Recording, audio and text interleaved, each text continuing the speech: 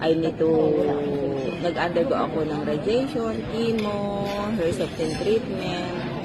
According to my doctor, I need to spend 2.4 million for my treatment. Pero God is so good. He provided everything, all the treatment that I did. But I found this iTeracare because I'm using the anastrozole for my cancer as a maintenance med. Yung side effect niya is nagiging brittle yung bones.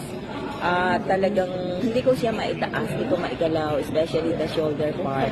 Sobrang parang kulang na lang ibulalo, ilaga yung aking buto. So, one of my friends from Cabanatuan introduced this iTeracare to me. I just used this during the time, isang buwan na yata prior sa delivery. I just used it morning, afternoon. Dahil after nung ano ko, ay kailangan ulit ako mag-undergo ng surgery dahil may mga naiwan daw calcification doon sa aking right breast. So, hindi na ako pumayag. Pumirma na lang ako ng waiver. Blowing it, umagat hapon. 6 months after, nag-ano ulit ako, mammogram, breast ultrasound from BI-RADS 4. The result is BI-RADS 1 negative. What a blessing.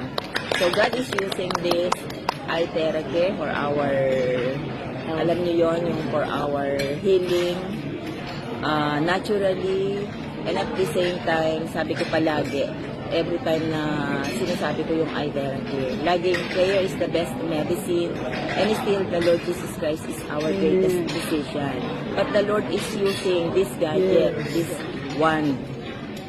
Kasi tayo, naniniwala tayo na sa mga doktor, umiinom tayo ng gamot, believing that they will help us para sa ating kagalingan, di po ba? Pero itong gadget na ito is really a great help.